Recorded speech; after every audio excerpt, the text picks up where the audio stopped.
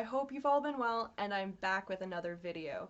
Today, I wanted to talk about common misconceptions that able-bodied people and neurotypical people can have about disabled people and what living with a disability is truly like.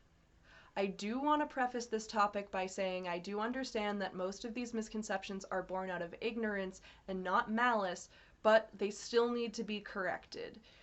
And also, this video is dealing with misconceptions that I've dealt with in my life, because I am not an authority on any other disabled person's experiences. There are a lot of weird and frankly rude things that have been said to me because of or about my disability. Some of these things are a big enough deal to deserve their own videos, but I want to cover a few here. One misconception that I'm pretty sure has been blown out of the water thanks to a year of pandemic is the idea that staying home all the time is super awesome and fun. Well, as most people have come to find out, being trapped in your home is not all that great. And yes, I use the word trapped. We literally can't go about our normal daily lives because of COVID. Most people are going stir crazy, which is understandable. But it's my life very frequently that I'm going stir crazy because my body simply can't function the way that I need it to on that day. Just because I need extra rest and extra care doesn't mean that I want to be home all the time, or sometimes stuck in bed. I want to go out and experience the world just like everyone else. And everyone now watching this video, and most people in the world, have at least some understanding of this frustration. So the next time a disabled person you know has to stay home and rest, just know that it's not the vacation it can sound like. One of the most common misconceptions I deal with is that because I'm physically disabled, I must also have issues with cognitive functioning. This is the polite way of saying that there have been many people in my life who, upon being told about my cerebral palsy, suddenly start treating me in that incredibly rude and dehumanizing way where they start speaking to me like this, even if we were just having a conversation 30 seconds previously. Just to be clear, I'm not knocking anyone that has cognitive impairment or functioning issues, but I am knocking every single person that equates disability to that. Disability is a rainbow that has so many things under it. My disability is purely physical, and I don't like being treated like it's something it isn't. Also, people that use that speech pattern that I just demonstrated earlier are typically the people that look down on disabled people and treat us as other.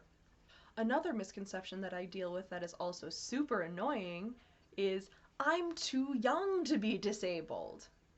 This misconception is usually coming from those that are more senior to me in age, and they also tend to be more outspoken and aggressive in their opinions of whether I am, in fact, disabled or not.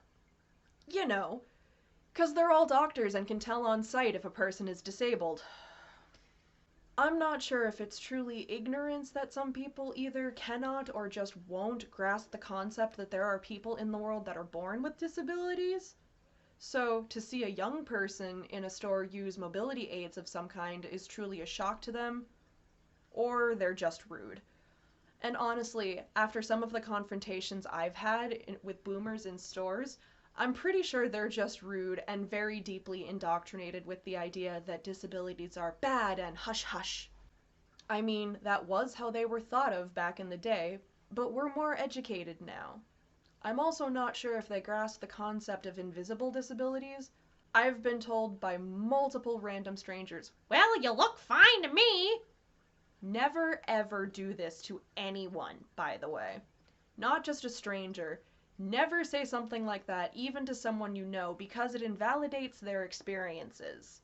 Just because you can't see something doesn't mean it isn't real. Also, you're not entitled to a person's medical history, be they a stranger or a close friend.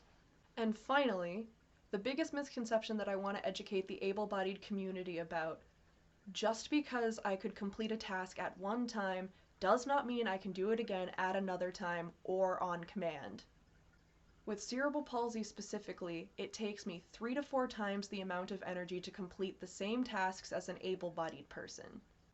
Add that to the fact that I don't get more than 4 hours of sleep a night because of my disability. That's a lot of energy to get through my day and not a lot of recharging time. A huge misconception that able-bodied people have about wheelchair users is that they can't walk at all. Most of them can, just not all the time.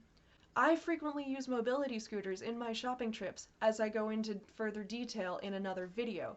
However, I can walk, and on really, really good days, I can walk without my cane, but that's the catch, on really good days. Those are becoming fewer and farther between as I go, especially with it being winter and cold, damp weather affects my joints. Yes, I am one of those people that knows when a storm is coming because I can feel it in my bones. A common argument in my earlier life. Well, you could do it 5 minutes ago. Well, I can't do it now! That argument is very tiresome and gave me much internalized ableism to work through, which will be a whole other video topic in and of itself at a later date. But it's true. Just because I could do something 5 minutes ago doesn't mean I can do it now or will be able to do it on command. My life involves listening to my body and giving it what it wants and needs on a level that able-bodied people typically don't think about. Our society applauds treating your body like trash. All-nighters, not eating, working till you drop, etc. And these are expectations that I cannot, but also that I refuse to meet. I know what my limits are, and I'm not changing them to fit into someone else's schedule. I will always do the very best that I can. It's just that my best varies from day to day, that's all. Thank you so much for watching this video. Please like, comment, subscribe, and share with your friends and family. If you're a disabled person and there's a topic that you'd like me to cover, let me know in the comments. If you're an able-bodied person and you have any questions, ask in the comments. I will probably answer. I have a few more videos currently in the works and some collaborations with other disabled creators, so keep an eye out for those. Stay safe, stay sane. I will see you in my next video.